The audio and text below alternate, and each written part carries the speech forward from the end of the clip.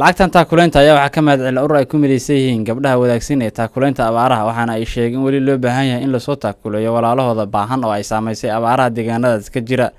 ugu horreyn halkaas waxaa ka hadashay Xaliimo Jaamac oo ka mid ah ururka wadaagsan waxaana ay sheegtay inay soo gaartay lacag ay soo direen gabdhaha ku sugan dalka Sweden. Bismillahir Rahmanir Rahim. Halka waxaan ka soo gudbinaynaa gabdhaha dibadda jooga ee reer Puntland siiba reer Gaalkacyo lacaga ka soo gaaray gobolkan Gaalkacyo qayb ka mid ah oo horumarinta iyo baahiyaha ka jira ay u soo direen. Gabdhahaas waxaa ka mid ah gabdhaha Sweden ee Göteborg. Waxay soo direen lacag $15,000 lacagtaasi way soo gaadhay waxaana lagu qabtay hawlihii loogu talagalay oo ay ugu dambeysay biyo dhaamista. Horumarin ha noqoto baahiyo kala duwan oo hadda jira. Lacagtaasi dhammaanteed wayna soo gaadhay sidii loogu talagalay ayayna u baxday aad bayna u mahadsan yihiin gabdhaha walaalahaya waxaan leenahay gabdhahaas jazaakallahu khayr ilaahaygeena meeshaad ka soo bixiseen wax ka khayr badan ha idinku bedelo insha Allah. qaar ka mid ah gabdhaha xubnaha ka ururka wadaagsan ayaa ayaguna halkaasi ka hadlay.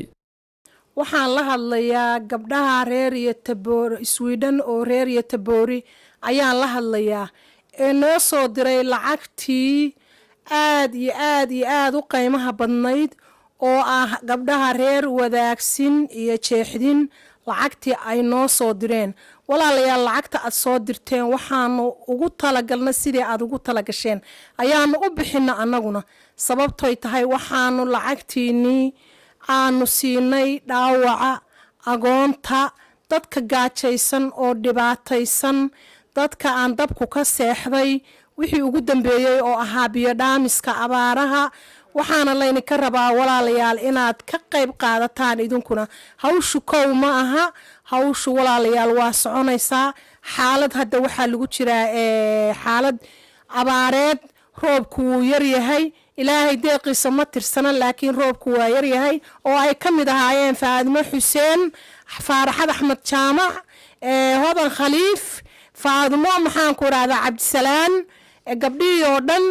waxa weeyaan walaalayaal sidii loo sheegay lacagtii waa soo gaartay sidaas gabdhii noo sheegan bay noo soo gaartay hawlihii loogu talagalay baanuna ku qabanay haddana waxaan inoo sheegayaa hawshu inaysan dhammaanin waa bilow mar walba waxaan ka rabnaa intii hore lacagta u keeni jirtay iyo intaan keeni jirinba inaad hawsha dalkiina ka qayb qaadataan oo dadkiina masaakiinta agoomaha baahanaha ardayda iskuulada maxaan ku iraahdaa ee dhakhtarada kulligood oo dhan. ugu dambeyntii waxaa asna halkaasi ka hadlay nabadoon kala jaban oo ka mid ah nabadoonada gobolka Mudug waxaana asna uu ka hadlay lacagahaasi iyo abaaraha ka jira deegaanadaas. waad ku mahadsantihiin hawlaha aad ku jirtaan haddaad tihiin gabdhaha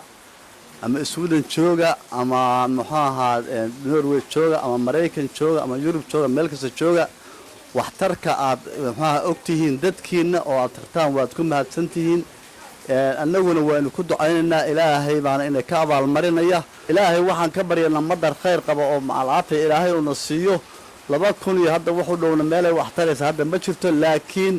waxa weeye waa xus weeye qofka waxa yar ku siiya waxa badanna